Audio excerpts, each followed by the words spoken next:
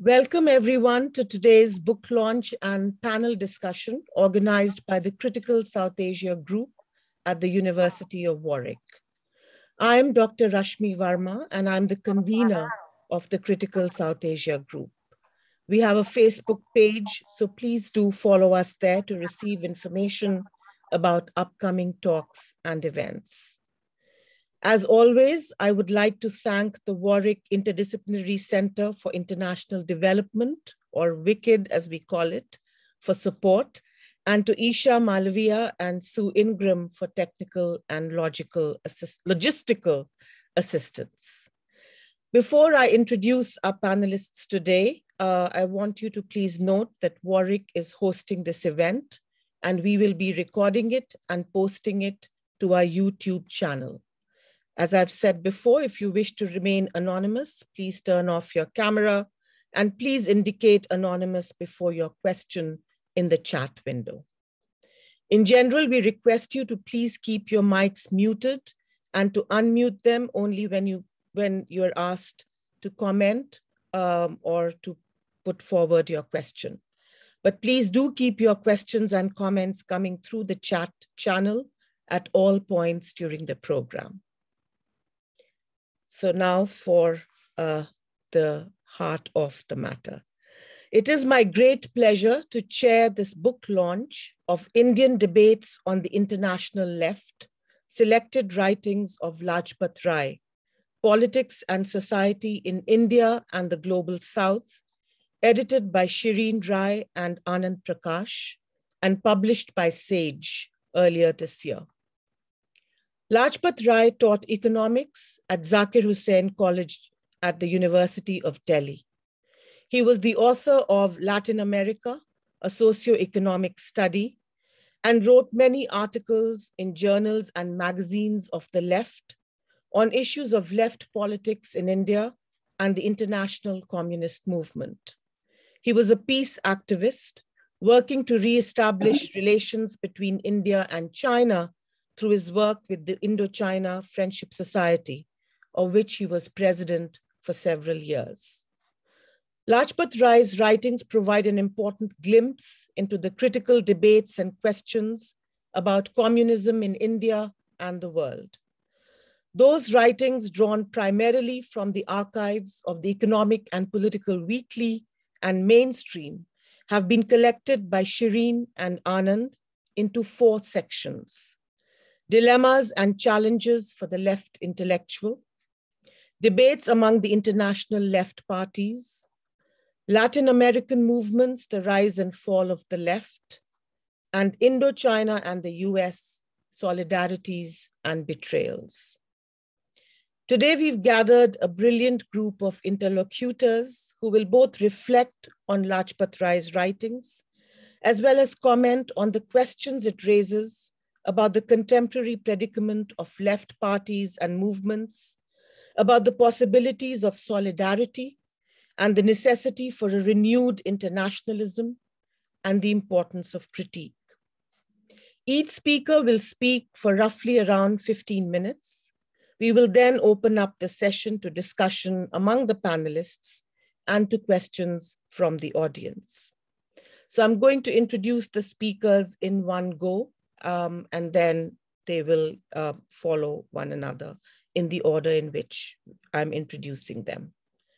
The first speaker is Shireen Rai, for whom this book is a profound labor of love. Lajpat Rai was her father and friend, as she says in the introduction.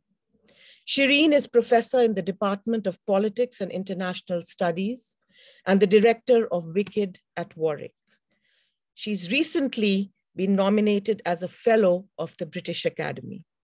Her latest book is Performing Representation, Women Members in the Indian Parliament with Carol Sperry. And she's currently working on a book entitled Depletion, the Human Cost of Caring.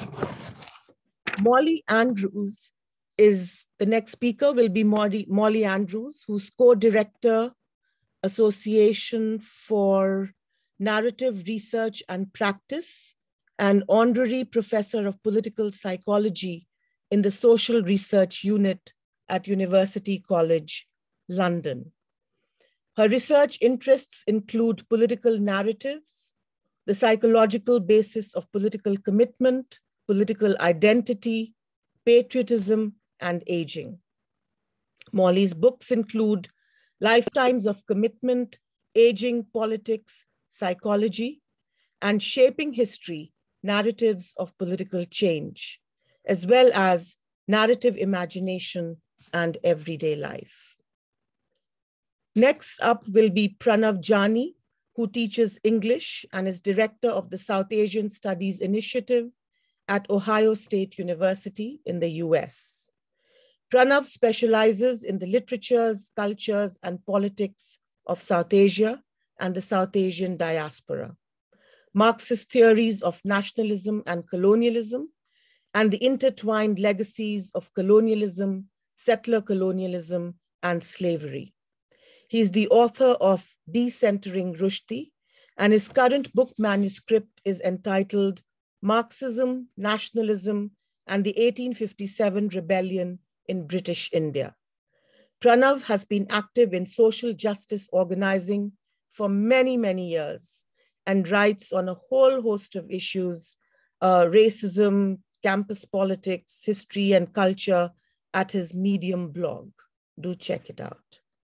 And finally, Prabhat Patnaya, who taught at the Center for Economic Studies and Planning in the School of Social Sciences at the Jawaharlal Nehru University in New Delhi from 1974 until his retirement in 2010. He had previously taught at the University of Cambridge. Widely regarded as one of the most influential Marxist economists of imperialism, development and economic justice, and neoliberal capitalist crises, Professor Patnaik is the author of numerous books, including Accumulation and Stability Under Capitalism, Retreat to Unfreedom, Essays on the Emerging World Order, Re-envisioning Socialism, A Theory of Imperialism, to name just a few. So with that, I'm going to stop and hand it over to Shireen Rai. Thank you, Rashmi. Thank you for your enthusiasm for an organization of this event, as always, and to colleagues who readily agreed to speak today as well. As you know, this is a really sort of important event for me. Thanks to Isha and Sue Ingram for making arrangements to bring us all together. I would like to begin by thanking also Anand Prakash for all his help and support, for stiffening my sinews and making me see that this was not only a personal journey, but a deeply political one. Thanks to the editors also of Economic and Political Weekly and Mainstream for readily giving me permission to reproduce the articles in this volume. And finally, to my colleagues at the International Center for Advanced Studies, ICAS, New Delhi, especially Debjani Mazumdar, who helped bring about this volume and did a lot of work in terms of editorial advice. So the book we are launching is of Writings of my father, Lajpat Rai. We are doing this at a rather tense time in the political life of India as well as globally, especially for the left movements, which seem not to have recovered entirely from the collapse of the Soviet Union and the rise of a new China that can perhaps no longer be seen to be socialist. Cuba, that figures a great deal in this book, is also no longer the beacon of socialism it was in the 1960s and 70s. Sitting in his garden, reflecting on the fall of the wall, my father was pensive.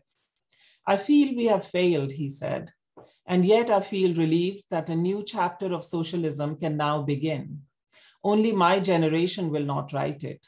It is a burden off my shoulders." Working on this book reminded me yet again that we are walking in the paths made by others, by a left movement in India that was vibrant, passionate, and angry at the exploitation of working and marginalized people, and had a vision for change that went beyond representative politics. As the essays by Lajpat Rai testify, those who participated in this movement did not always agree with each other, but they tried to communicate their disagreements with honesty, vigor, and respect.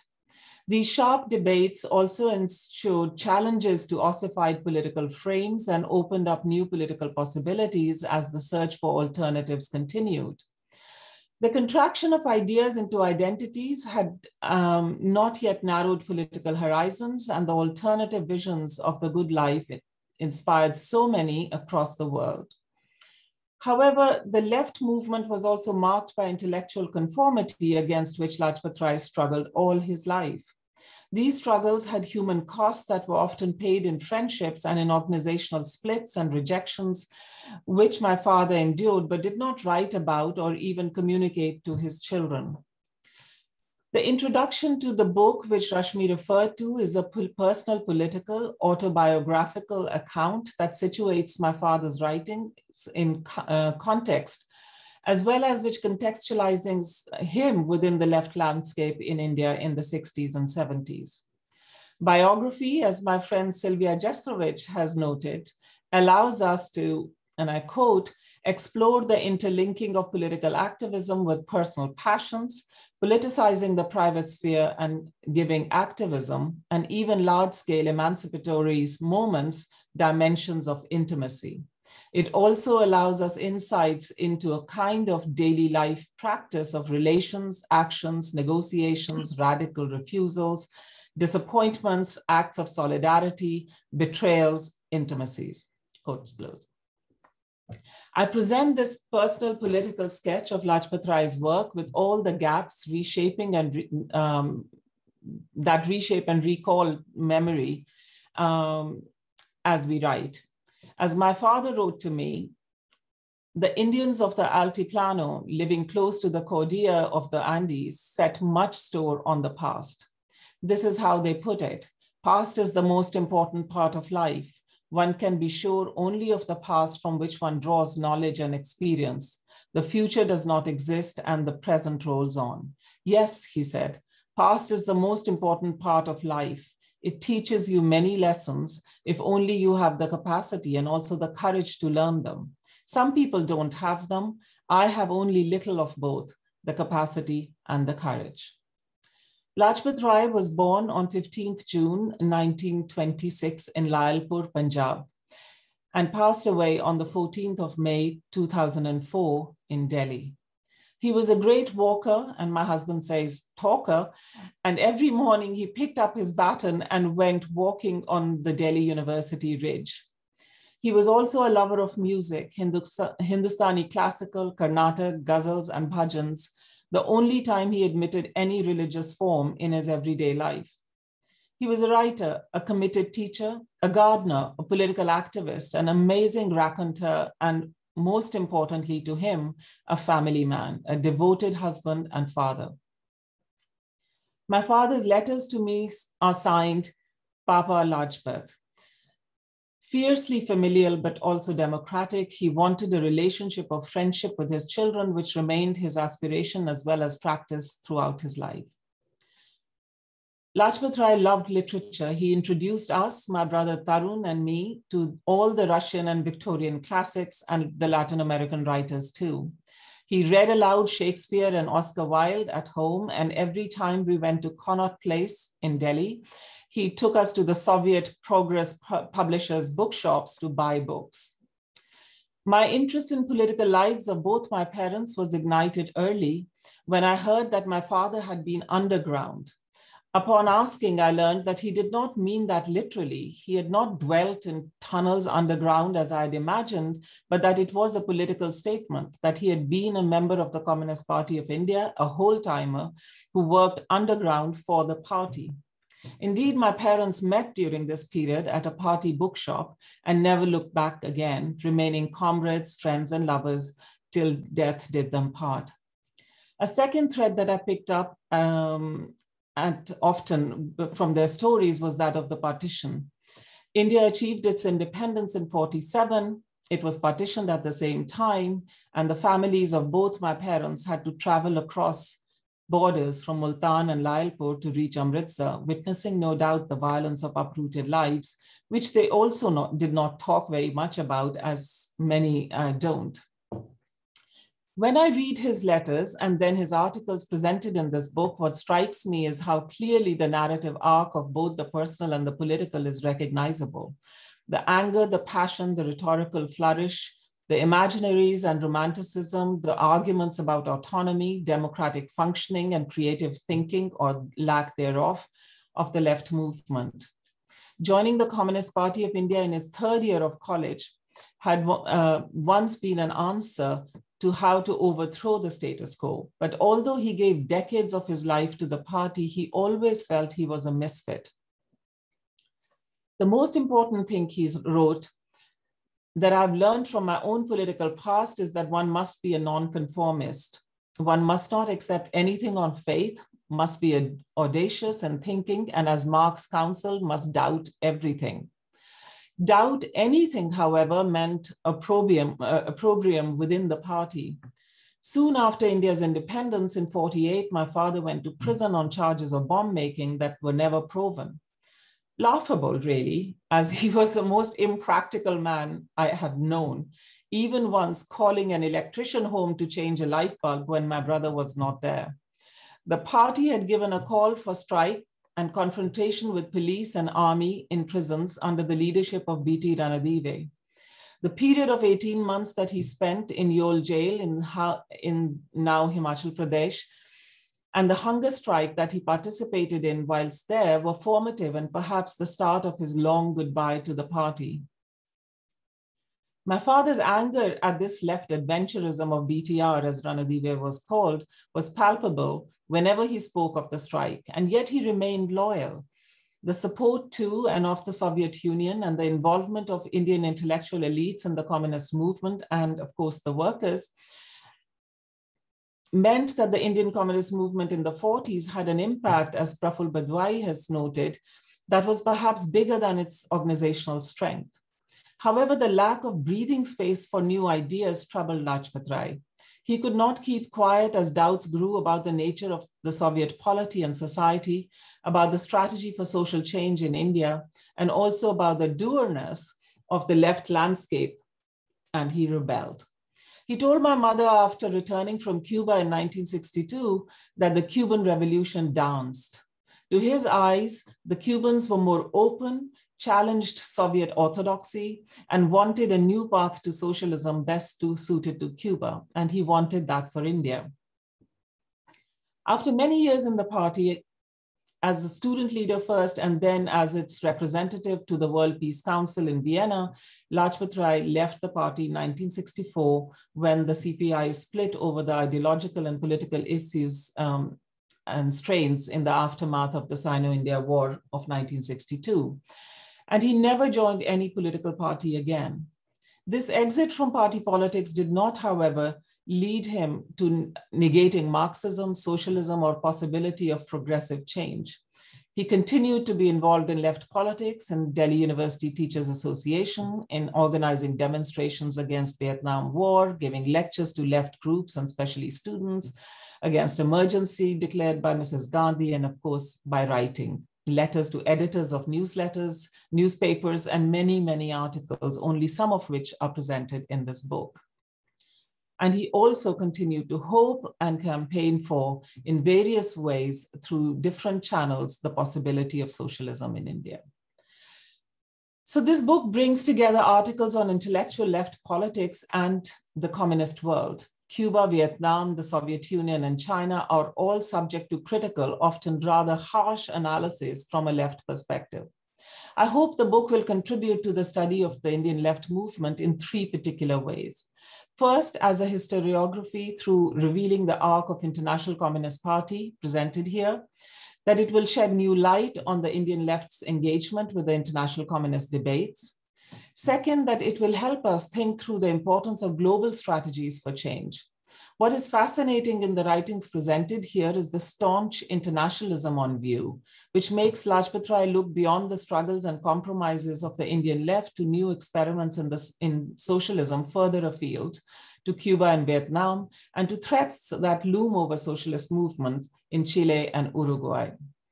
In today's political vacuum, we find neoliberalism and populism thriving and posing grave challenges for humanity. We urgently need a critique of capitalism that is not bound by narrow party discipline, which is able to think outside the box and connect the national with the international and be at the same time self-critical. We find clues to such a politics in the writings presented here. Finally, I hope that the book will highlight the contemporary relevance of these early debates as the left finds itself largely helpless in its response to the right-wing populism in India. Clearly, there has been a failure to recognize the challenges emanating from a strongly integrated and organized finance capital on the one hand, and the increasingly self-aware identity politics on the other. These articles compel scholars and concerned viewers of the political scene to rethink established left positions and seek inspirations in experiment and creative thought. As Lajpat Rai writes in his article, The Responsibility of the Left Intellectual, a left intellectual's first commitment is to the struggle of his people for changing the present social order based on exploitation, inequality, hunger, illiteracy, and disease. The second is to oppose imperialism, colonialism, neocolonialism, and racism everywhere. The left intellectual is thus a champion of the people right at home and consistent anti-imperialist abroad. This is the new chapter that Lajpat Rai wanted written after the collapse of the Soviet Union. I hope this book will contribute to a resurgence of new visions of the left. The times in which we live demand such an engagement, academic, theoretical, and political. Thank you. Thank you, Shireen, for that very moving and insightful overview of the book. And I think we can now move on to Molly Andrews to make her presentation. Molly. Thank you. Well, Shireen, thank you so much for that beautiful introduction and also for the invitation to contribute today. I have to say that rarely, if ever, can I remember an event which came directly in the crossroads of my personal, political, and professional life, but this is certainly one. And it is a little bit challenging to speak at this occasion for the simple reason that Lajpat Rai was someone who was very, very close to my own heart, to my family, and to my growing up, actually. So I want to start with just a little story of how I first heard of Lajpat. Shireen and I, and that goes directly to my friendship with Shireen, his daughter, and my sister, effectively. Shireen and I started our PhDs together at the same time, and we went out for a coffee the first time ever. And Shireen asked me what my dissertation was going to be on. And I said that I wanted to do a study of lifetime political activists on the left, people who had committed themselves to working for progressive social change for 50 years or longer. And Shireen just looked at me and said, well, you're talking about my parents. And I thought, well, many people, admire and love their parents and might think that. But in fact, it was actually true. I was talking about her parents. And in the years that I pursued that study, not only Shireen, but very much her parents, both of them, Lajpat and Satya, talked with me and gave me very critical and helpful feedback as I developed the study. So I'm going to talk to you a little bit about that study and about how Lajpat's thinking not only helped me at that time, but could have helped it even more. So I eventually published the study in the form of a book, which was called Lifetimes of Commitment. And the last chapter in that book opens with a quote from Albert Schweitzer, which says, "The knowledge of life, which we grown-ups have to pass on to the younger generation, will not be expressed thus. Reality will soon give way before your ideals, but grow into your ideals so that life may never rob you of them." So I came to this study, my interest in this study, firstly as someone who had attended many demonstrations from a young age, gatherings which were crowded with young and old alike. And yet, despite what I could see with my own eyes and the knowledge that I could surmise from my own experience, there was nonetheless another message which existed somehow outside of these demonstrations, a received wisdom summed up by the phrase often attributed to Churchill, though appearing in slight variations and an impressive range of public figures, including the French monarchist Guizot, the politician Clemenceau, and the writer George Bernard Shaw, amongst others. And that is, quote, if you're not a liberal or Republican or a socialist at 20, you have no heart. If you are still a liberal or socialist at 40, you have no brain. The message was clear. Left-leaning politics was for youth, and while appropriate for that phase of life, it was nonetheless something to be grown out of. Indeed, only those who had crossed to the other side of that bridge could look back on their earlier naive selves and see reality for what it really was. There have been many versions of this construction of the political life cycle, which associates youth with a time of idealism. And yet I wondered, where did this leave me with my own political sensitivities? And where were those older activists who I always saw at protests? It was as if they, and indeed my imagined future self, had been completely whitewashed out of the picture, out of the idea of what it means to grow up. And so it was that I dedicated myself to this study of lifetimes of commitment, to both document and better understand this phenomenon of those who, as they increased in years, found in life a deepening of their commitment to work for progressive social change. So I did this study more than 35 years ago, and there are many aspects of it which I would actually do the same now were I to redo it. And I had been asked recently to revisit that study, so I had to go through it systematically. But one aspect that I think required more thinking was on the meaning of the term activism. I really struggled with this at the time, but ultimately I was persuaded by the arguments which were made by some of the people who first participated in my study. So while they acknowledged the importance and the range of political engagement, the term activism was to be reserved for those who regularly participated in public protest with their bodies on the street. This meant that while I communicated with some of the great left intellectuals living in England at that time, exchanging letters with people like E.P. Thompson, visiting with Raymond Williams, who was in fact based at the college that I was doing my PhD, I did not invite them to be part of my study. They, quote, weren't activists in the way I was describing it. Well, lots of people have dedicated themselves to thinking about this question of what actually constitutes activism. Even back in 1973, Gene Sharp came up with no fewer than 198 methods of nonviolent protest, okay? And more recently, there's been a lot of interest in life cycle activism.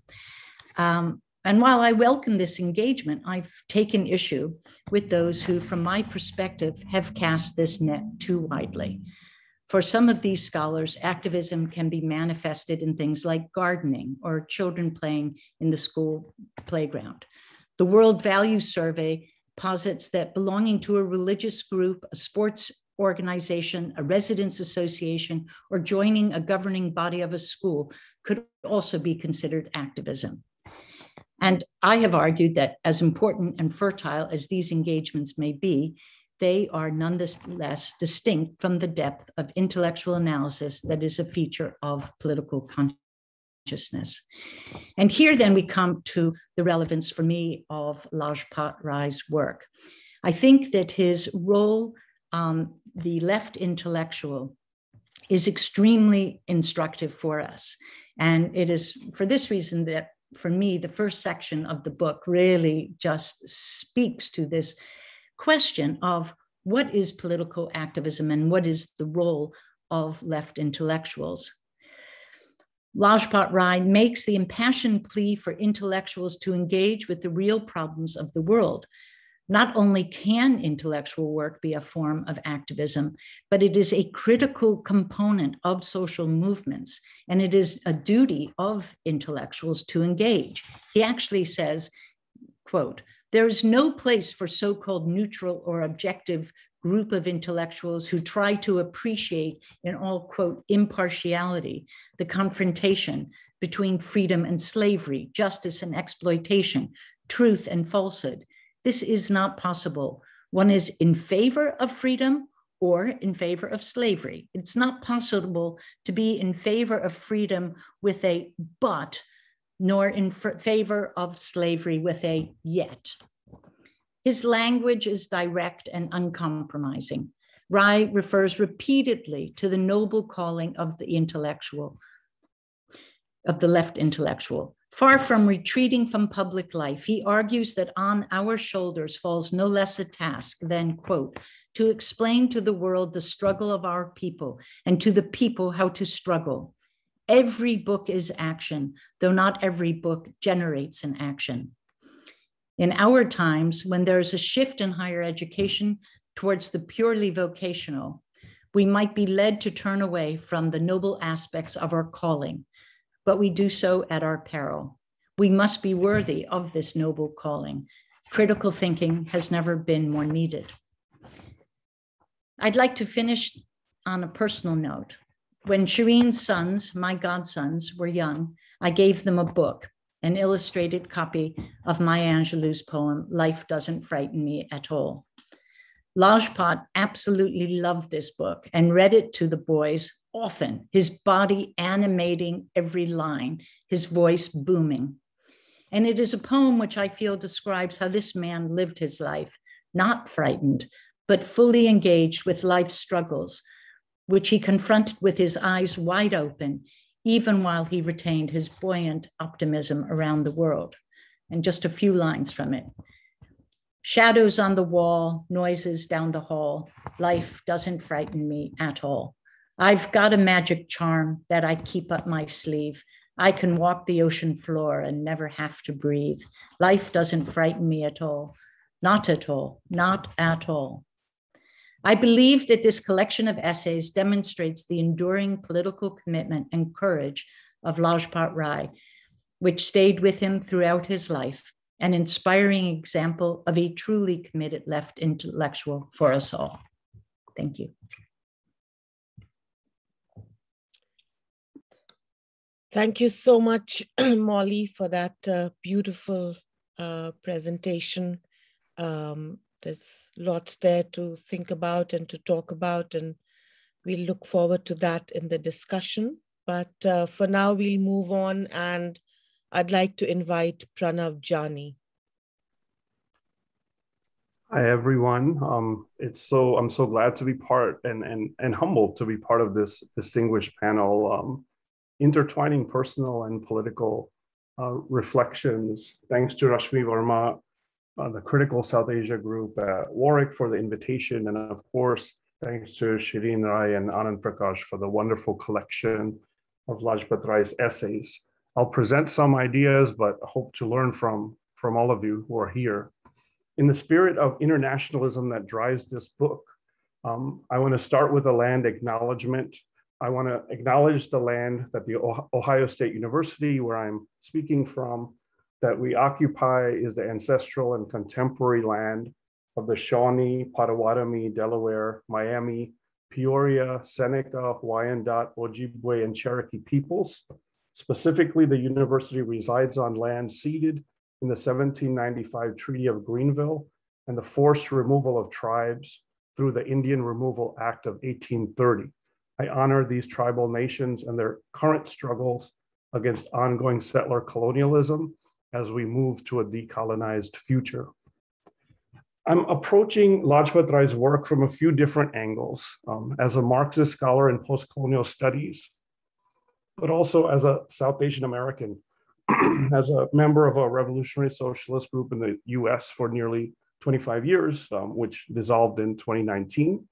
I've been quite involved in the questions of internationalism and national liberation, social hierarchies among the working class and among the colonized, and questions of identity. I found the writings of Lajpat Rai to be instructive and educational, but also stimulating and inspirational. I'm less interested here in whether I agree with Lajpat Rai on each and every one of his positions, but I'm more interested in his clear articulation of some broad principles that we ought never to forget regarding workers' internationalism as opposed to nationalism, and his constant insistence on intellectuals to put themselves in the service of the struggle, but also to never stop thinking independently of party and organizational leadership. And all of this through a historical narrative that he offers in these selected writings of the shift from Leninism to Stalinism, the betrayals of Maoism, the possibilities of Cuba and its limits, et cetera. So it's really great work, and I encourage everyone to pick this up. For my scholarly work over the last 10 years, in which I've been examining the lives of revolutionaries, organizations like the Ghadar Party, and the legacy of anti-colonial militancy, I found Lajpat Rai's reflections on nationalism as it has played out in actually existing socialist countries to be instructive. But in terms of my own work within the US left and my old organization, it's very hard to talk about these things. In which I tried hard and not always successfully to speak my own truth and not let party hierarchies stifle me or others. This work has resonated perhaps even more deeply. The emphasis that Shireen Rai gives in her introduction to the affective aspects of political organizing and the impact it plays on our personal lives is quite powerful. Whether we're in Marxist-style parties or just tight-knit political and even academic collaborations, where we feel we are comrades, where our relations with each other seem to rise to a deeper level than just friends or coworkers or colleagues, it's worth remembering that there's some bonds that exceed the political, while others, however strong they might appear, fade with the fading of the political project. So I want to take up 3 points here from the readings, especially in parts 1 and 2. One is the question of the role of the intellectual, both the need for the independence from the system and from the party.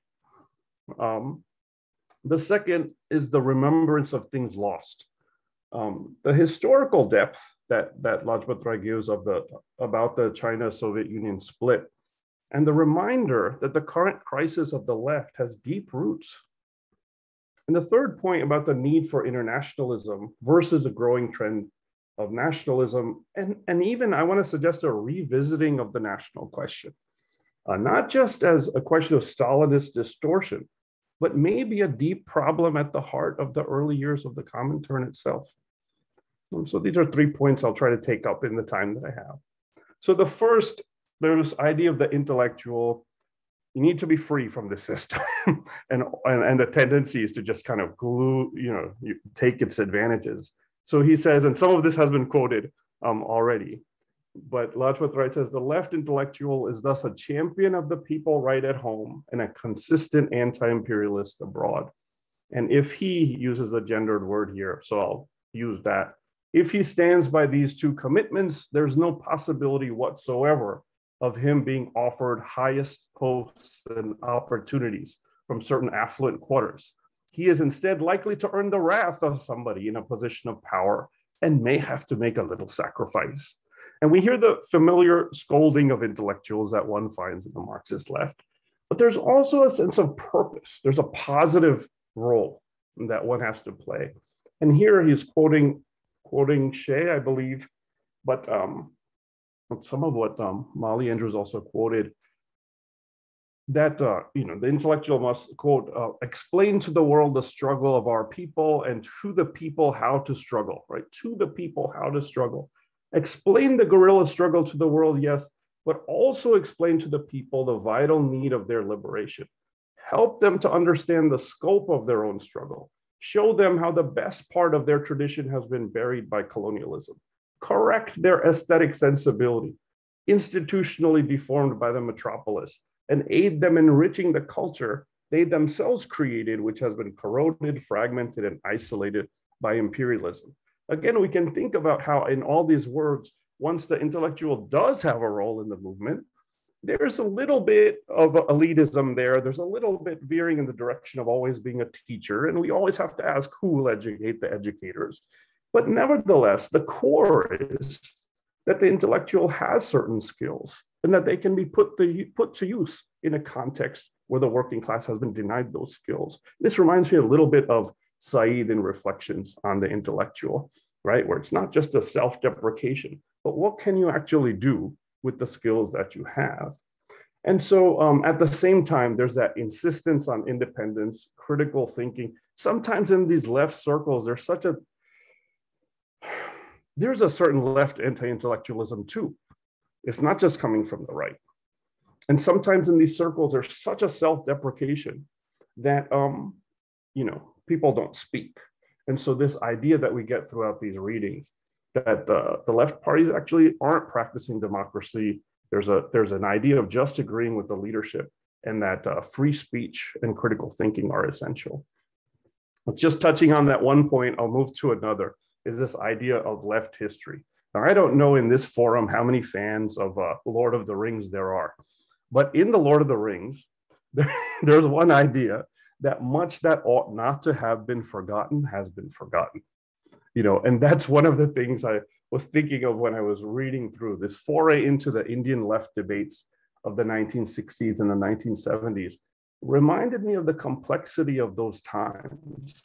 As revolts in the Soviet bloc were ongoing, the China-USSR split was wreaking havoc ideologically and politically, and all of this as the bombs were falling in Vietnam, Israel was fighting, putting the Arab world in a chokehold, and the Bangladesh liberation struggle was emerging, but the two powers were on different sides. In short, I sit here thinking much that should not have been forgotten has been lost. But then Lajpat Rai was saying this in the 70s as well, that the core Marxist principles of workers' internationalism and revolution and of inter-party democracy were already being whittled away, replaced by goals of socialism in one country and the narrow visions of national development within a capitalist world, with an incessant pressure against freedom of thought. So folks should read the essays, but it was refreshing. It was a good reminder to read through, why exactly did the China-Soviet Union split happen? What were some of the causes behind it? So for instance, he goes through the refusal of the USSR to help China in the Chinese Communist Party in 1949, saying that they couldn't win communism right now. The USSR and the US working together in 1958 to normalize relations. China pushing for the exclusion of the USSR in 1960s Afro-Asian conferences. The impact of the revolt in Czechoslovakia and the sort of socialism by tank model, right, that we sort of had, right? But then, even though China is calling out the USSR and saying it's working with imperialism, they're also working with Nixon. They're also supporting Pakistani dictators in 1971, right? He goes into how Cuba, initially critical of all of them, also ends up veering towards pursuing national interest. So just one example of how he brings all this together. When the Soviet Union and China are sort of hobnobbing with Nixon, it's during the Vietnam War. And Lajpat Rai says that third world actors are starting to question both the USSR and China because of this.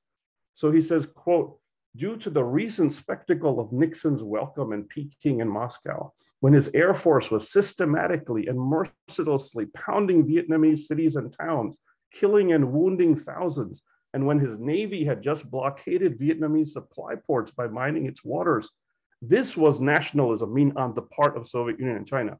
This was nationalism run amok and a blow at the classic concept of proletarian internationalism, if it still had life left in it to receive one. He's saying in the 1970s. What do we say now, right? And so he say, this is still Lajpat Rai. It was this ideological and political sellout that compelled the Vietnamese in their anguish to remind the parties of Lenin and Mao of their crime by default in the Vietnamese struggle for liberation and their duty towards the principle of international proletarianism. And then there's some wonderful citations in these articles that are also rich, to read. So then he cites the Workers' Party of Vietnam, writing in 1973, right? Speaking to the Soviet Union and China, for a country to care for its immediate and narrow interests while shirking its lofty internationalist duty not only is detrimental to the revolutionary movement of the world, but will also bring unfathomable harm to itself in the end. The vitality of Marxism-Leninism manifests itself in revolutionary deeds, not in empty words. Now, if you want to take that academic angle on like, why remember these things?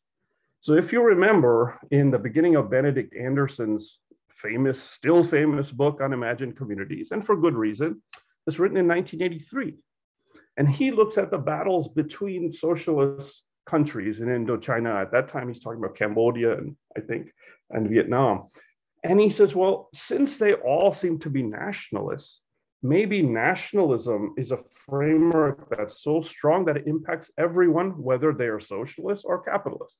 That's the conclusion he takes. I think Lajpat Rai points us in a different direction. He makes it a more historical issue, not a theoretical or more abstract issue. He tells us that in the context of the failure of the international revolutions to spread in the 1920s, and part of that was the failure of the Comintern Party in China, the Comintern policy in China in 1925, when it was already giving into nationalism as a progressive force. In that context, the Soviet Union regressed into socialism in one country, and that laid the groundwork for certain ways of, for the path of a lot of these countries afterwards. So in other words, I think this actually can open up a different way to look at the national question, rather than nationalism as this sort of almost eternal rubric we're stuck with, regardless of other policies. And so then he goes into a deep history, even in some short essays. He goes into a deep history about communism. He talks about, for example, I'm just pulling out a few ideas. He talks about how the socialism in one country has this very, almost a contradictory impact in fomenting nationalism within socialist circles. So on the one hand, socialism in one country is Russian nationalism, right? But that becomes a model to everyone for what socialism is.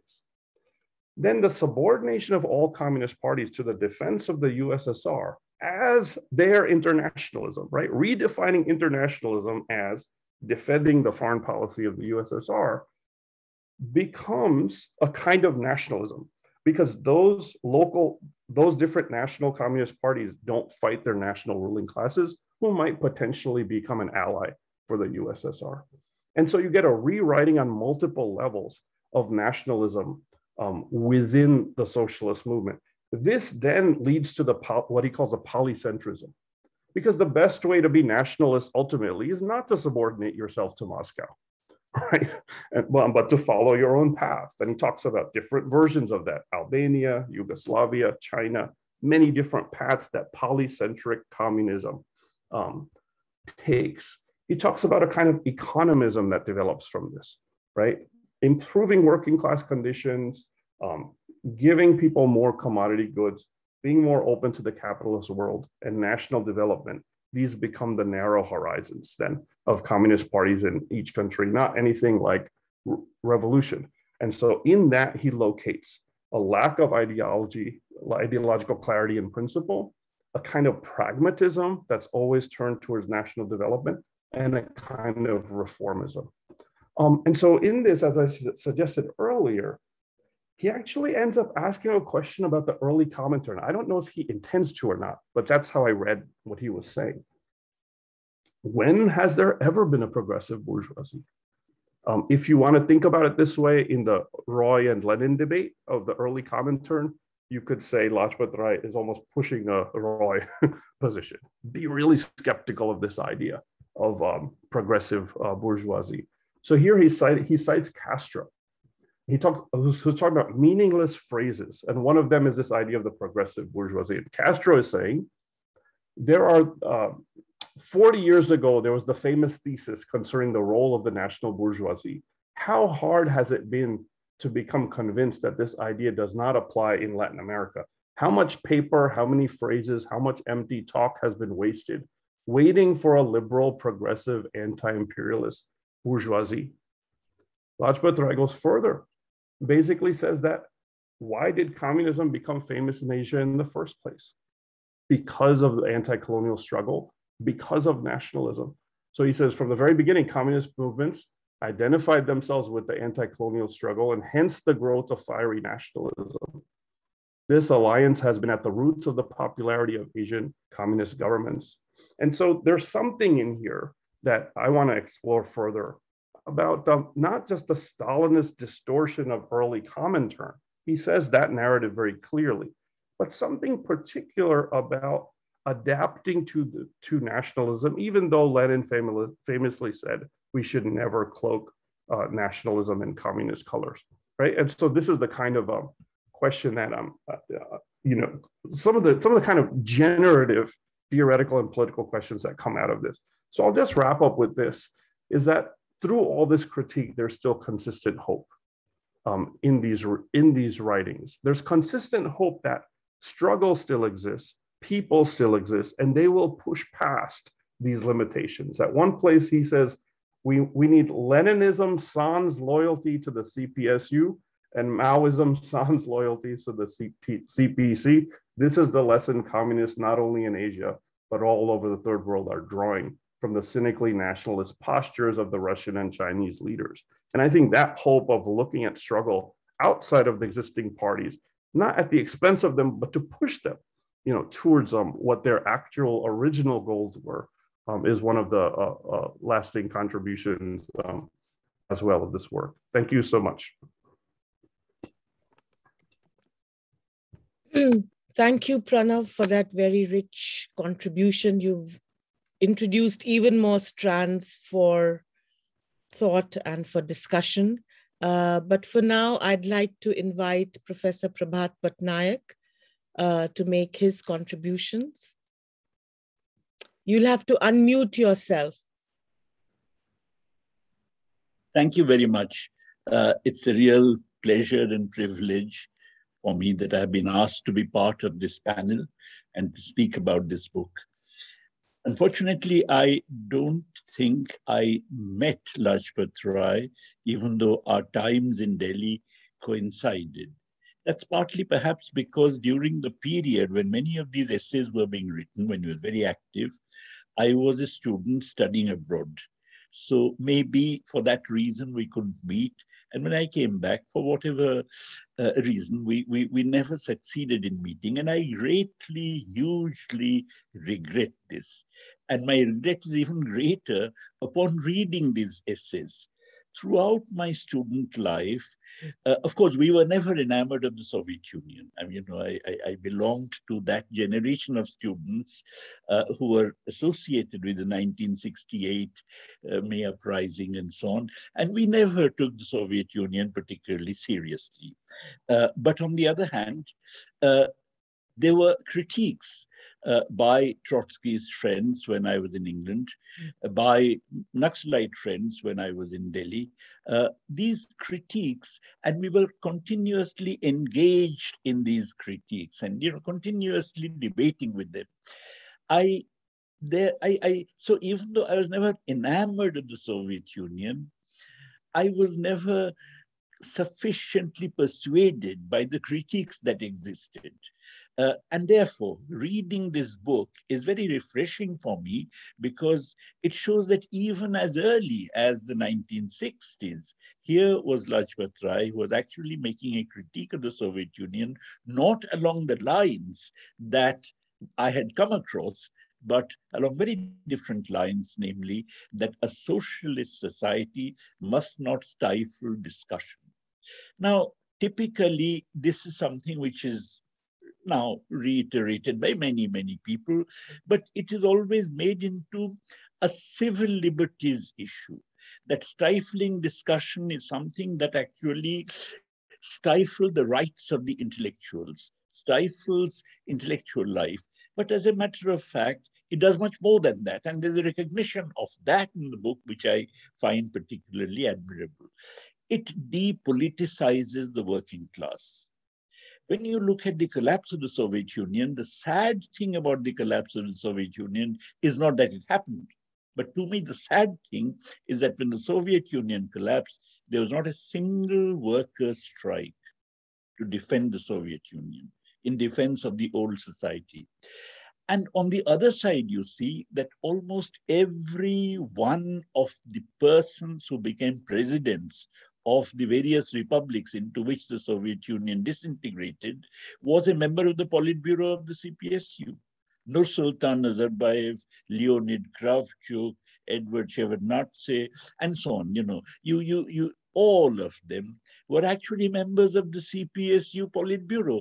As a matter of fact, the other sad thing about the collapse of socialism is that all over Eastern Europe, the only person who reiterated his socialist commitment, whatever you may think of him, was Erich Honecker of the GDR. Other than that, not a single one of the old socialist leaders reaffirmed any faith in socialism, and they were all the top leaders of these communist countries. Therefore, the depoliticization of the working class was really something which was made possible precisely because of this stifling of discussion in a society like that. Now, oddly enough, you would find it very strange that one person whose critique of the Soviet Union in some ways is along the same direction is in fact BTR Ranadive, who's this kind of, has this reputation of being really a very staunch communist. In a Marx centenary seminar that Social Scientist, the journal, had organized in 1983, said that actually, sorry, no, it can't be the centenary. Yeah, okay, whatever, a kind of Marx, I think, death anniversary seminar or something we had organized. He said that the problem with the Soviet Union is that it substituted the dictatorship of the party for a dictatorship of the proletariat. Now, this is something which actually was directly against what Stalin had said, because the Stalinist theory said that every class must be represented by one party. Therefore, if you have a proletariat, then there must be one proletarian party. And if you have dictatorship of the proletariat, then it's natural that it would mean the dictatorship of that party. And if that party is, of course, run on grounds of democratic centralism, that basically means dictatorship of the Politburo. So something which was actually a critique of that society was apotheosized into a functioning of that society. In fact, one could even argue that, all right, the Soviet Union was encircled. In the period of encirclement, there are these kinds of tensions, because of which a certain amount of stifling of discussion may become necessary. In fact, in Graham Greene's novel, The Human Factor, there's a communist character who says, my country has been at war since 1917. So it's possible to argue that, but we are not here talking about the exigencies of encirclement, the exigencies of a situation where a country is kind of, besieged and so on, but we are really talking about a model of a functioning of socialism. And that model simply is repugnant, and that model, in fact, cannot work. And that is something which I really greatly appreciated in Land Lajpat Rai's writings. In fact, I'd like to congratulate Shirin and Anand Prakash for bringing out this collection of essays, which is going to be very, very, very important and useful. The second point in which, I find this book very, very, very,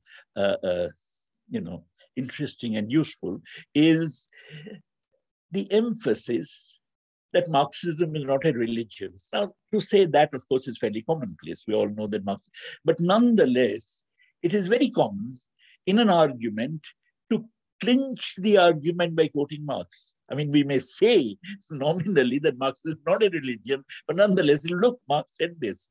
Now, I believe that one very important area in which Lajpat Rai not only mentions it, but implicitly, as Pranav said, says things which are critical, which can be taken to be critical of Marx.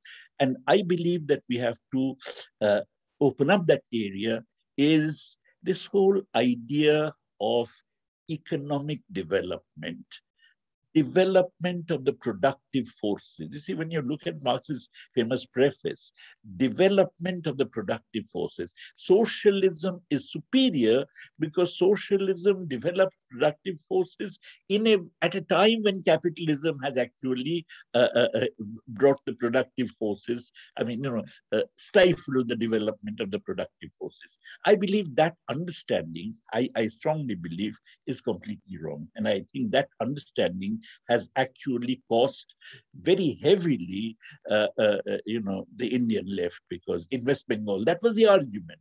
The argument behind getting hold of land from peasants in order to industrialize is that, look, industrialization is absolutely necessary. Didn't Marx say that we must develop the productive forces? And that being the case, to develop productive forces, we have to call multinationals, or we have to call the Tatars and so on, whatever, and take land from the peasants. Otherwise, how do you have factories?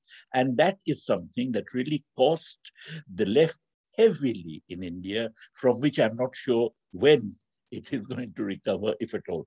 So this whole idea of development of the productive forces, that one mode of production is replaced by another when the development of the productive forces gets arrested, is something which I think has to be rejected. That fundamentally, socialism is about freedom. Socialism is about human liberation. It's not about developing productive forces. I know that, of course, if you are encircled, you need to develop, you need to have some development in order to make sure that you can actually confront imperialism. But on the other hand, that must not ever be allowed to come in the way of this project of human liberation that socialism is. The third area in which I find this book of great interest to me is this role of the intellectual, and particularly talking about imperialist hegemony. Imperialism hegemonizing third world intellectuals. Now, I think that is something which he, of course, talks about a period when, by the way, the hegemony of imperialism had not gone as far, because after all, in the 60s, it was still the case. There were lots of people in third world countries developing theories, developing views. There was a kind of anti-imperialist feeling. He's critical of Pablo Neruda and so on. But on the other hand, Pablo Neruda was not really hegemonized by imperialism. But today, when we look at it, if you carry that critique further, then you find that a very important way in which imperialist hegemony is exercised now. Shireen was talking about neoliberalism. Neoliberalism is exercised now is by hegemonizing intellectuals. And this hegemonizing occurs in very many different and very many subtle ways. Lajpat Rai talks about the early manifestations of it in terms of foreign trips and so on. But in fact, today, take my subject, economics, which is his subject as well, that, if you want to publish, in order to get a promotion, let us say, you would need some refereed journal publishing some article of yours. To do that, the refereed journal is going to completely throw out your article. If it is the case that your article is against imperialism, nobody would touch you with a bargeful. So in order to even get the acceptance in refereed prestigious journals in my subject, you would have to be a conformist. And this is the way. And if you are not a conformist, if you don't get this kind of publication, in that case, of course, you don't get promotion, you don't even get an appointment. So the point is that, that the hegemony of imperialism is exercised in very pervasive and very complex ways in which it is not even suspected that there is hegemony of imperialism. We don't even see it that way. Let's say in India, there is a glorification of the Nobel Prize. Okay, now I know my old teacher, Professor Amartya Sen, has got a Nobel Prize, but sometimes it is given in order to give it to somebody from the third world.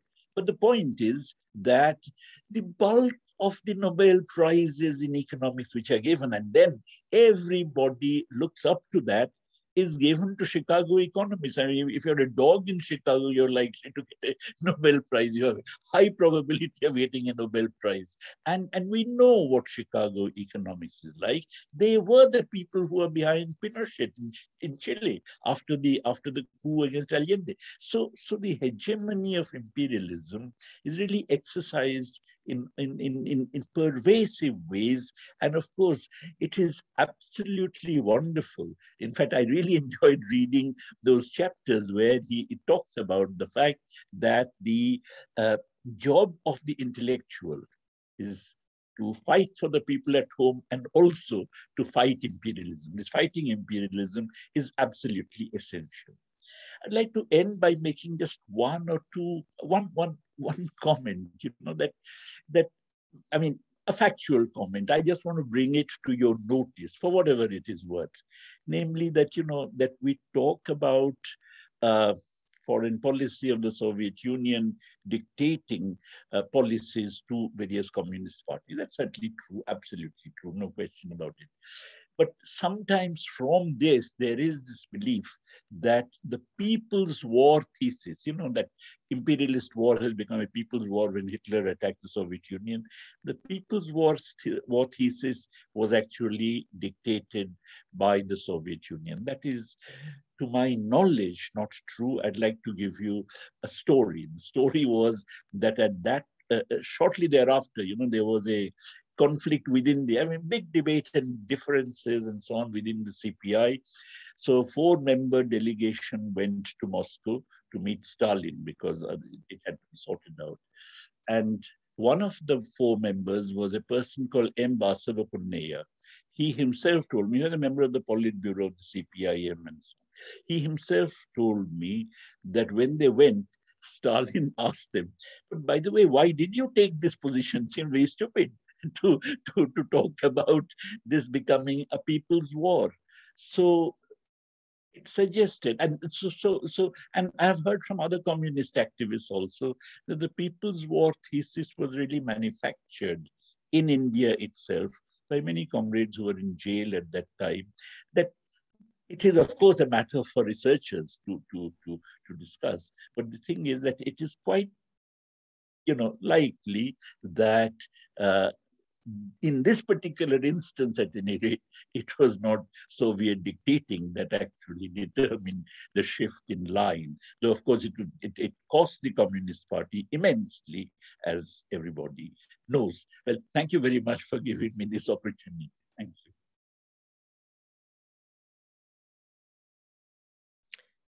Thank you so much, Professor Patnaik, for that really thought-provoking contribution. And thank you to all the panelists who have really illuminated so many different strands of Lajpat Rai's thinking that we see in the writings that Shireen and Anand Prakash have collected here. So this was a wonderful, I think, both a celebration and a remembrance of things that we do need to remember and things that we need to carry forward.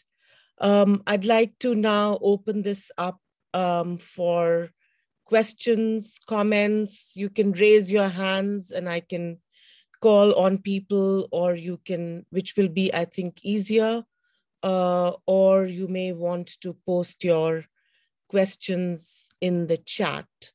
So I'm just trying to see how to make sure that I can see what's coming through in the chat if I miss it. Okay, and I guess while people are thinking of questions, because there is so much here, would the panelists like to respond to anything that you've heard from each other? Rashmi, I've had a question, if I may. Yes. That's from Professor Preetham Singh at Oxford Brookes. Oh, right. Okay. Preetham, would you like to ask it yourself? You can unmute yourself. All right. Thank you, Shireen. My question actually was, I thought maybe you may not want to answer here and we can personally talk, but it's okay if it's okay with you. I was very much impressed with your father and inspired by him, and I'm glad this conversation is taking place. I was an undergraduate student, sympathetic to the Naxalite movement at Chandigarh, and later on I came to JNU and kind of shifted more towards Trotskyism, and I've grown out of both of them, but still carry some of that with me, basically as anti-Stalinism. And what I liked about your father was, as a non-party left-wing intellectual, this tradition is not particularly strong in India. The left intellectuals seem to align with one party or the other. And in some sense, the breakup of the CPM and the emergence of Naxalites, and then Naxalites breaking into different factions, created this space, which I would say independent left intellectuals. And so I was kind of interested in knowing about that. But more specifically, I was also interested, Shireen, if you want to answer now, or maybe you can do it later.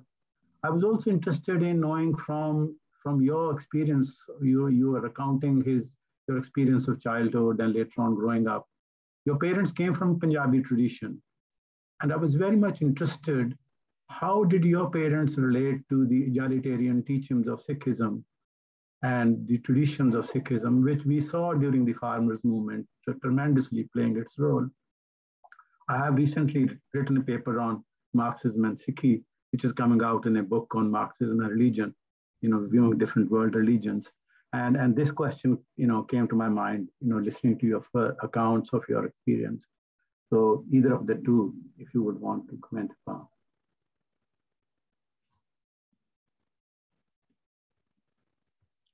And actually the question on left intellectuals and party affiliations is something that if other panelists also want to comment on more broadly. Yeah.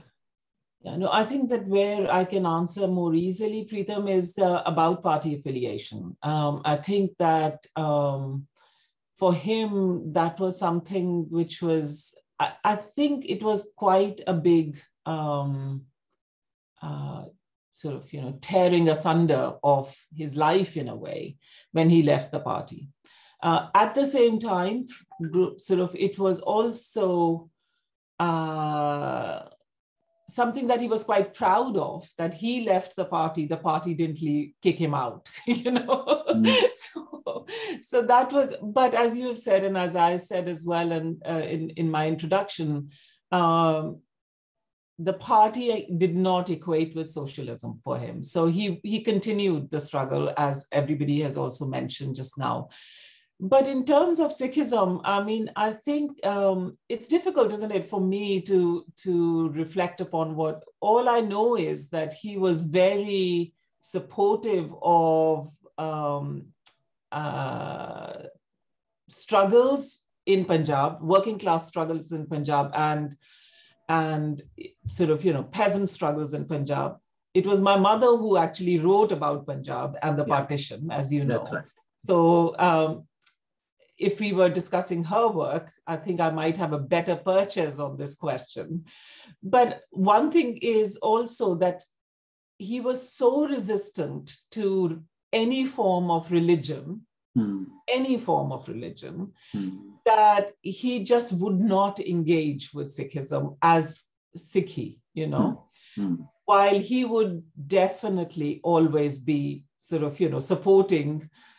So when the Punjab sort of struggles happened, even in the 70s and 80s, I remember sort of there were a group of his very close friends, Udham Singh, and sort of people from Khalsa College, and our house was always full of them talking about and in support of these struggles, but not I think he was just a religious fundamentalist, sort of in the sense of anti-religious, totally. He did not at all engage with Sikhism really as a framework or even as a philosophy.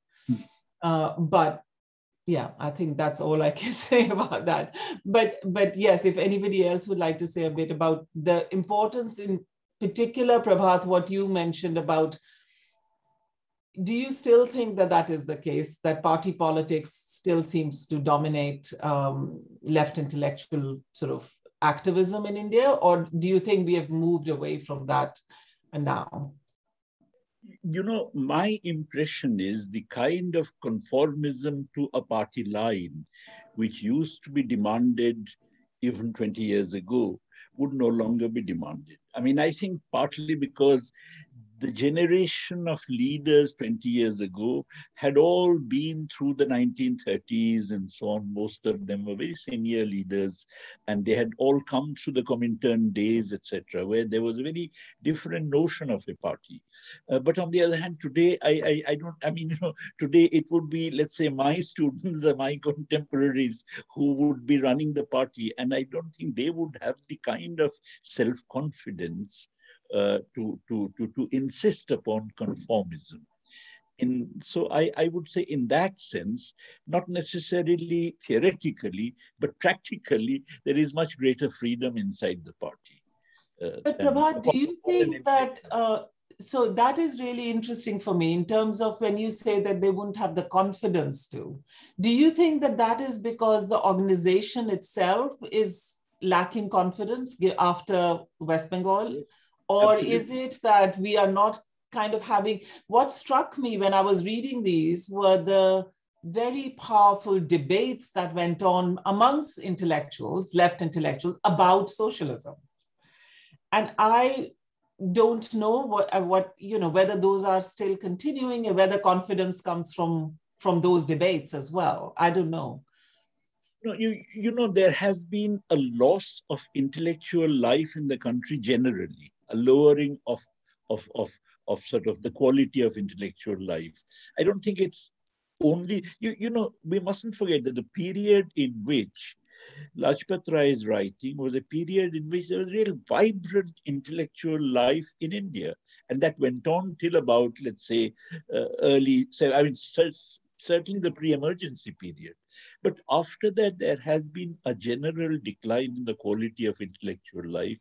And I think that also affects the party, that also affects the left, that also affects the communist parties. So I would say that, you know, that yes, I mean, I think this lack of confidence in both ways. I mean, firstly, I mean, I'll tell you a story that once BTR came to JNU, and somebody said something that, you know, Lenin has said blah, blah, blah, blah, blah.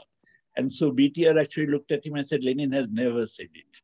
And the person quietened down because BTR had read a lot of Lenin. I mean, you know, but the same is not necessarily true today. So there is a certain lack of confidence in that sense.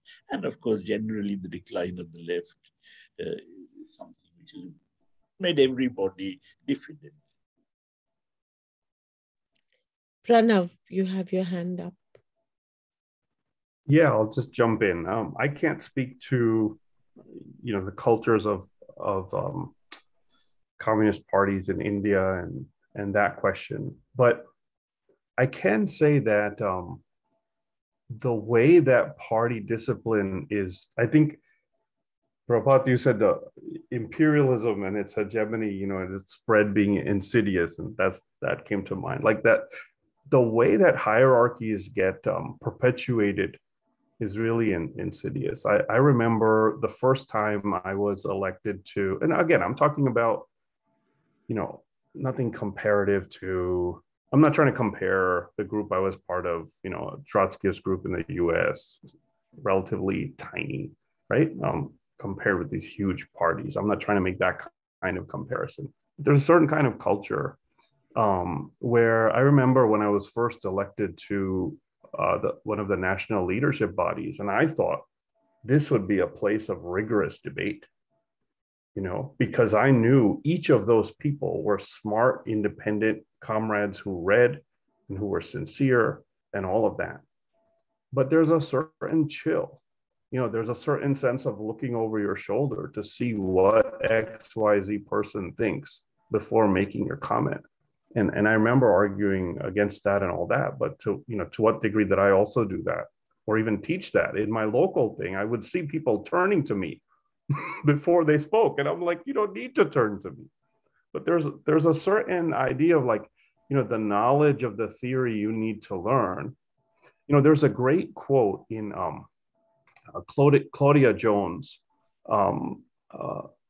She's from many different places, but she's in the US.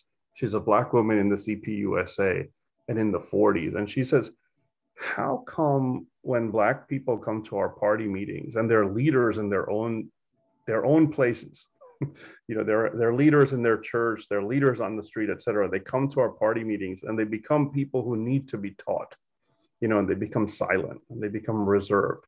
And that dynamic is something I definitely witnessed. We would bring in great activists from other struggles, right? Not socialist, not labeled as social, Black Lives Matter, trans liberation, et cetera. And they wouldn't have the language to talk in a socialist meeting, and they would sit back.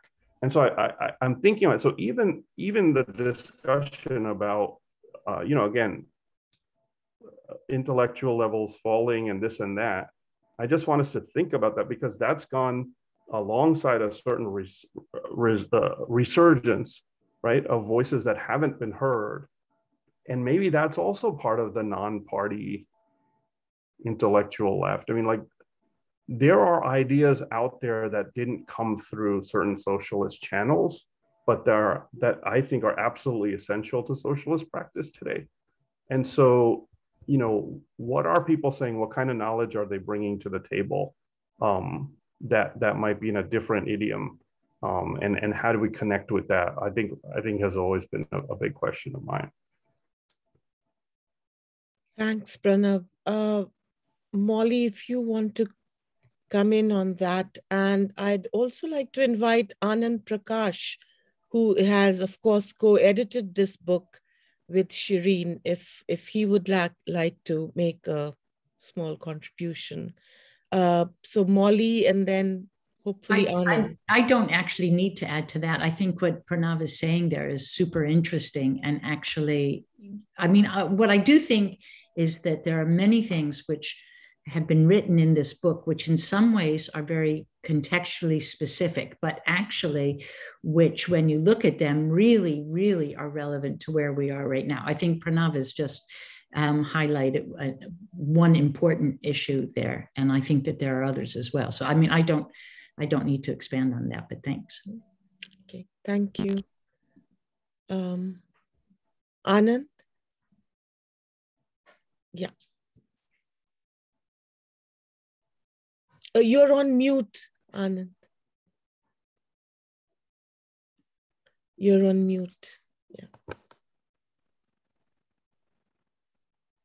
You're on mute. You'll have to unmute yourself. We can't hear you. I don't know whether he is getting this or not. Maybe no, not. He knows that we can't hear him. Oh, okay. Because he stopped. Could you unmute yourself?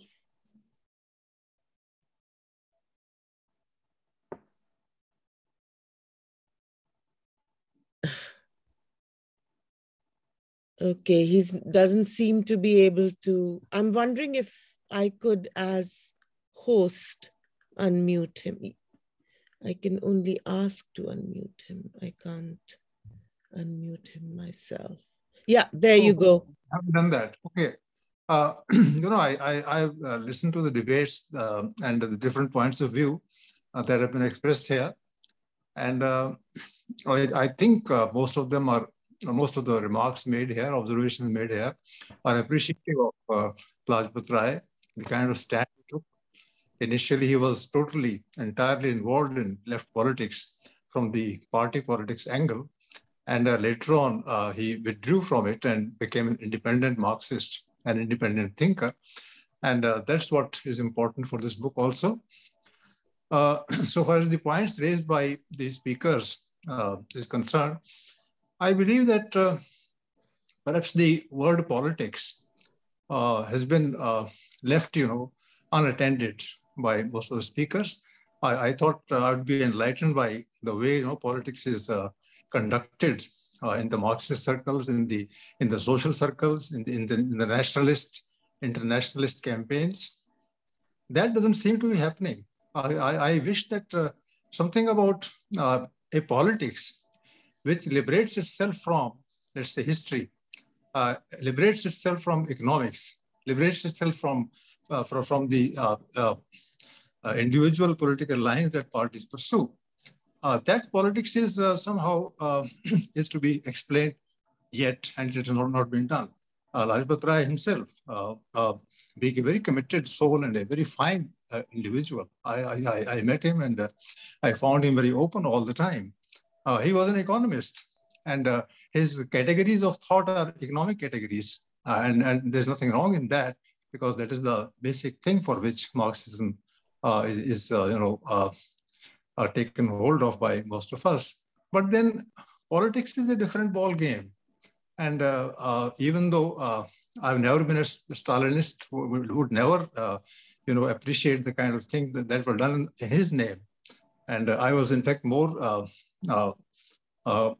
persuaded to think in terms of Deutsche than Stalin. But I believe that Stalin had a point, in the sense, that in his politics, I don't think as we can talk of him as an individual, but his politics was the politics of giving a kind of fight to capitalism and imperialism in his time. And even though socialism in one country is a bad slogan, but then if Russia had been completely, exterminated from the political scene by, a combined bourgeoisie in the world, then where would we be? And if he's saying all that at that point of time, and if he's saving, Russia from that balkanization that happened after the Second World War, all those things can be, put in the historical context. And I believe that today, for instance, we require a kind of combined effort by everybody to counter the right wing. And if some kind of discipline is not brought in, and if a campaign is not, launched, then where would we be? One feels, totally, squeezed in the world today, in the present day atmosphere. So where does one go? I think some kind of discipline, some kind of, less of freedom at this time, because, our freedom only means the freedom to ourselves and to a group to which we belong. But a person who lives in the village, a person who is illiterate, there's no freedom for him. And how can you ensure freedom for such a person? There's no freedom we can give to our women folk, to our students, who have been denied access to the bigger and the higher kind of knowledge. And I believe that politics has to, and one of the friends, talked about Sikhism. I would say that the kind of initial Sikhism in the medieval period, that had a lot of sense in it, in the sense, that people thought in the villages, and they were not equipped with any intellectual skills, and yet they were able to articulate a point of view which set that entire community free from the stranglehold of Brahmanism at that time or whatever. So there are questions, I have no answers to offer, and I believe that we still go by doubting almost everything that has been said today, and that might be said even tomorrow. Thank you. Thank you, Anand, for that. And before I ask the panelists to respond, I do have an eye on the time as well. Perhaps we can combine your questions with a question posed here by Payal Nagpal, who says, is strategy crucial for the left intellectual? In these difficult times, how can the left intellectual negotiate with the times without being labeled conciliatory? I have the case of Neruda in mind.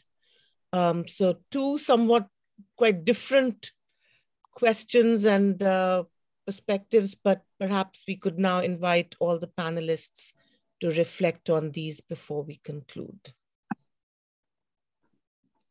In any order.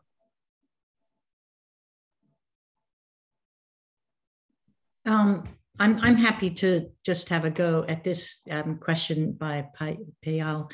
I think it's a really tough question. It's an ethical question, and it's a strategic question. I think at some level, yes, strategy is crucial, but there is also a question: how far can you go? How much is workable? Now, I'm thinking specifically not of India now, but the context that I live in, which is the UK. And I think that in many cases, we have to be also clear about where we can't go. How far is too far? Okay, and I think that I don't really have a clear answer for that, but I actually think, again, returning to some of that brilliant, powerful, passionate writing of Lajpat's. I mean, to me, it was like a breath of fresh air, just like saying, you know, find your spine and stand up. Okay, that's what I felt, and I think we need to be reminded of that. You know, sometimes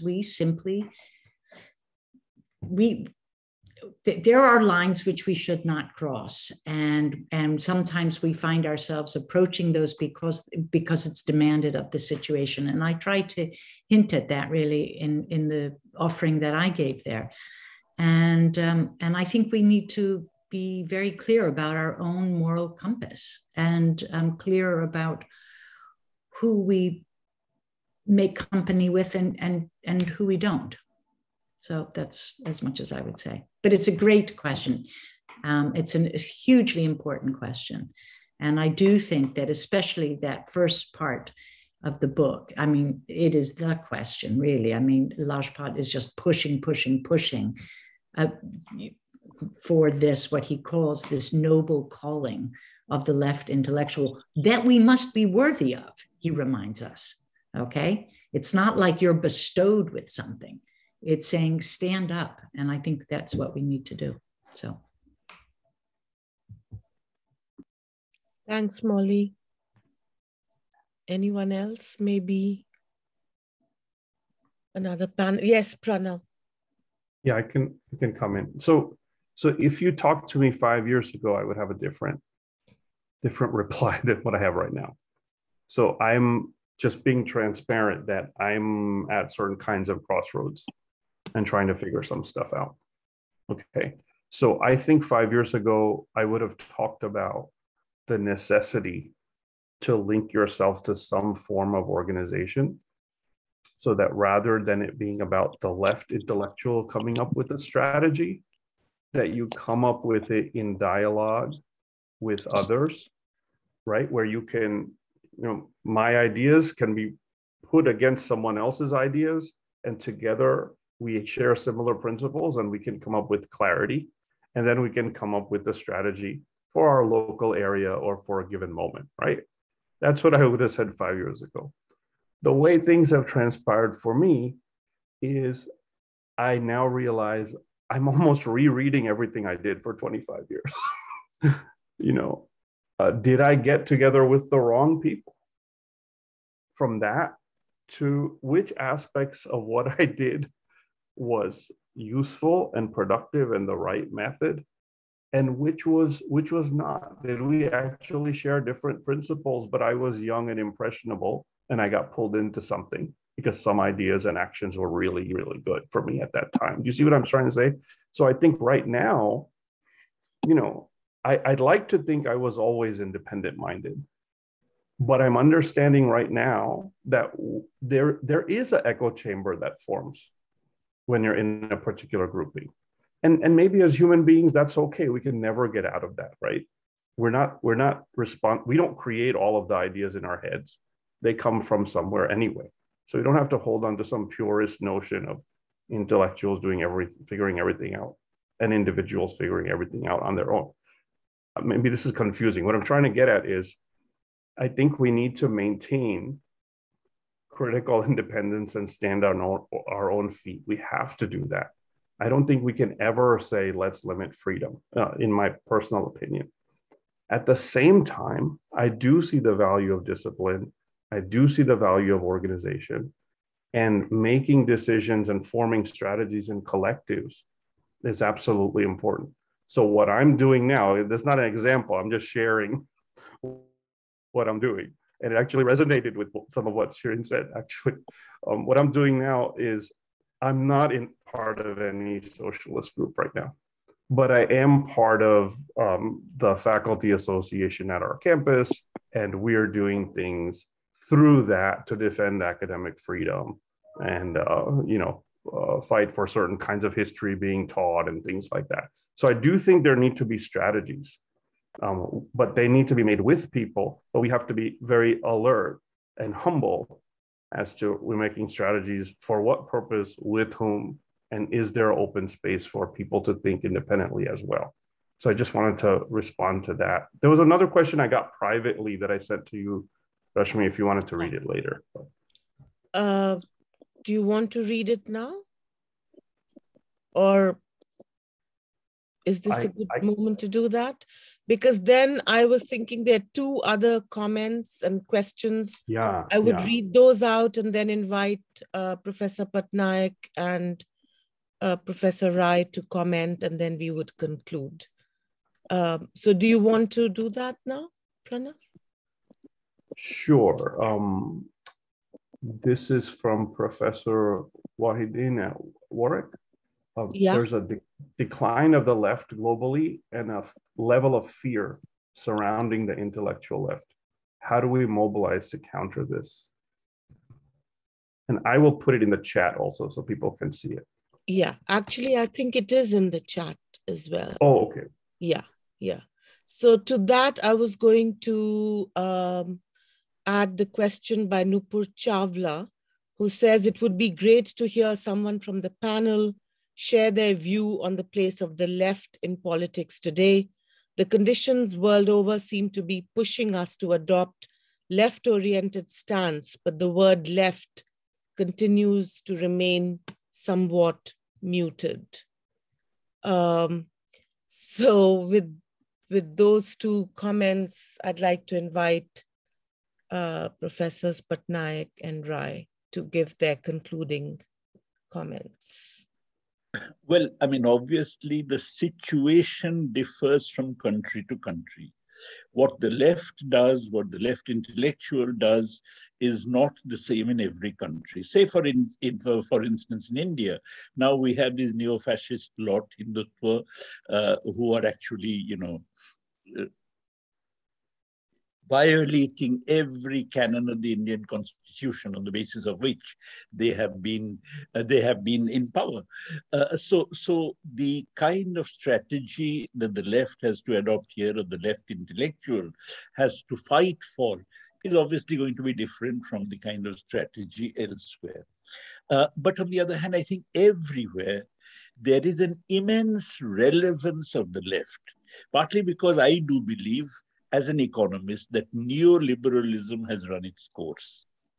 And the continuing stagnation of the world economy, I'm sorry, I'm talking on GDP, which I decry, but let's say huge unemployment that you find elsewhere, which is a breeding ground for neo-fascist tendencies everywhere in the world, is something that can be overcome only through a set of policies which the left alone can advance. And these would, for instance, say, in the case of India, for instance, it would involve, or in the case of other third world countries, it would involve overcoming the hegemony of globalized finance. Because if you do anything, suppose tomorrow you have a government of workers and peasants that comes to power. Now, Syriza came to power. Syriza is supposed to have been left, but what did Syriza do? It did exactly the same as the preceding governments had done, because Syriza was still caught in that whole web of global financial flows. As long as you're caught in that web, there's very little you can do. So you have to get out of that web. Getting out of that web is by no means easy. And that's why today the left is finding it so difficult, because because advanced countries, imperialism is going to put sanctions against you. And in the transitional period, your very support base, the workers and the peasants, are going to suffer greatly because of the inconvenience that is associated with insufficient financial inflows and so on. So the transitional difficulties, together with imperialist obstacles, as we find in the case of many Latin American countries, are really powerful hindrances to left kind of, to advancing a left agenda. But the left has to do it, and there is no other alternative. And that's why I believe that the left is central to the issue of moving beyond the current conjuncture. Then there's this whole question which was raised about Neruda. As far as I can see, the problem is not that Neruda went to the United States at the invitation of Penn, but the problem is, having gone to the United States, then you cannot remain silent when a question is asked to you about US. So the idea of cultural coexistence being used as an argument for remaining silent, I'm opposed to. In other words, I completely agree with Lajpat Rai's position that you have to speak out against imperialism. And if you don't do that, then you are compromising. The point is not whether you go or don't go, that's a separate issue. But the point is, no matter where you go, you must speak the truth. You must speak out against imperialism. Then there's this last question that how do we conditions, but the world continues to remain. It would be great to, Then there was the question which was actually raised by Anand Prakash about discipline. Yes, of course, it is true that in any society there are certain bounds. That you're not going to do all kinds of things. But on the other hand, what is acceptable, what is not acceptable, is something that has to be socially determined. I believe it should not be left to the whims of a Politburo or a General Secretary to determine what should be the kind of bounds in that particular society. There has to be social determination of the limits to freedom in any society. Limits have to be there. And discipline is something which, the presumption that if I am left free to do what I like, I would do all kinds of crazy things, is a presumption I don't accept. In fact, I would discipline myself.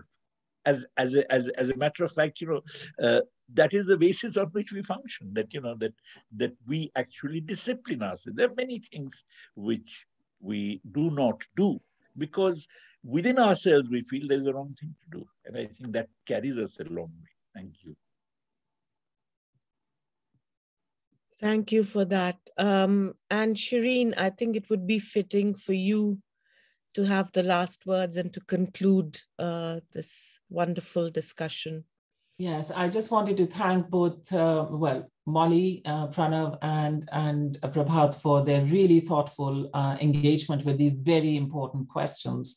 And I just wanted to end by saying that as far as my father was concerned, for him, one of the most important ways in which you became and continued to remain active was teaching.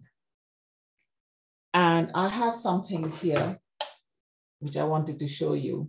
This is a little plaque that he was given when he retired. And this is a plaque not by the university, but by his students.